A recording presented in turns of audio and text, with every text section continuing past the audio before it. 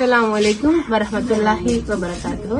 முர்ஷித் விவசாயம் யூடியூப் சேனலோடாக நாம் மீண்டும் சந்திக்க இருப்பது நீராகணியைச் சேர்ந்த அபுசாலி என்னும் எனது விவசாயி அவர்களே. அங்கள் காளானுங்கிறது உங்களுக்கு புது ஒரு தொழில், அதை பற்றி சொல்லுங்க.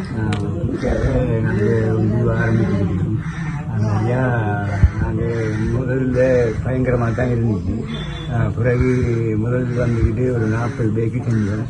பிறகு வந்துக்கிட்டு ஒரு 200 பேக்கு இல்லக்கூடிய அளவுக்கு வந்துச்சு. அதிலே கொஞ்சம் கொஞ்சம் வெட்டிக்கிட்டு இருக்கோம். 40 பேக்கு அடிச்சு கொஞ்சம் கொஞ்சம் பூ வந்துச்சு, அதை வெட்டினோம். பிறகு 200 பேக்கு வரக்கூட கொஞ்சம் எல்லாம் பூ எல்லாம் வந்து கொண்டிருக்கு. இதுக்கு மேல் கொண்டு அடுத்த பயணம் செய்யக்கூடதான் எங்களுக்கு கிளிவராக சொல்ல போனால் விவசாயிகள் என்பது மீறி அந்த விவசாயத்துறையில் தங்களது வெற்றிகளை சாதித்து காட்டுபவர்கள் விவசாயிகள்.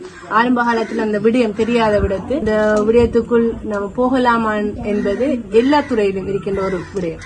அதே மாதிரி தான் விவசாயத்துல செய்கை இந்தி செய்கை என ஏறாவூர் பிரபலமாக இருந்த அபுசாலி அங்கிள் அவர்கள் இன்று காளான் உற்பத்தியாளராக மாறியுள்ளார். இதற்கு காரணம் விவசாய திணைக்களத்தின் PSCG திட்டத்தின் கீழ் 50% மானிய அடிப்படையில் வழங்கப்பட்ட உள்ளீடுகளை பயன்படுத்தி இந்த காளான் உற்பத்தியை ஏறாவூர் மீராகணி பிரதேசத்தில் செய்து வருகின்றார்.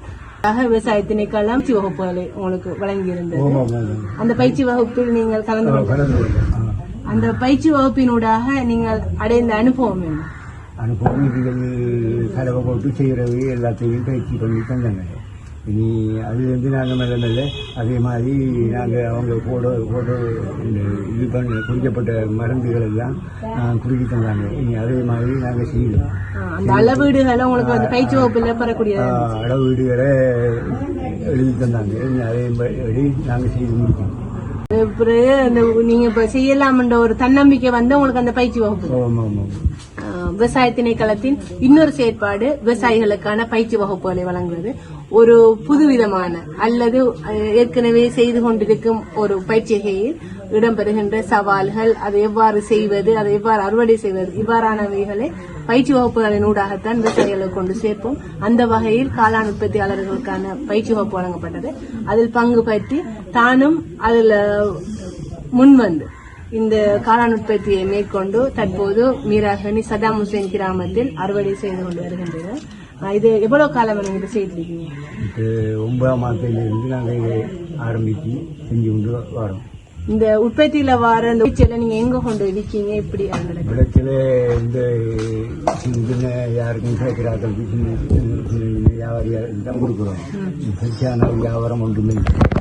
நீங்க குறுகிய அளவுல 200 பேக்குங்கிறது உங்களை சுத்தி இருக்கிறார்களுக்கே கொடுக்கக்கூடிய அப்படி கொடுக்கக்கூடிய அளவு தான் இருக்கு. நல்ல ஒரு விடயம். அதை இப்ப அந்த பேக்கெட் பண்ணுவீங்க நீங்க பொதி செய்யறதுல எத்தனை கிராம் நீங்க பொதி செய்யறீங்க? 100 கிராம் 120 கிராம் அப்படி பேக்கெட் பண்றோம்.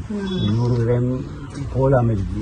120 கிராம் 125 கிராம் பேக்கெட் பண்ணி தான் அது 150 ரூபாய்க்கு தான் கொடுக்குறோம். கிட்டத்தட்ட ஒரு கிலோ 1500 ரூபாய்க்கு விற்பனை செய்யக்கூடியதான் உங்களுக்கு கிடைக்குது.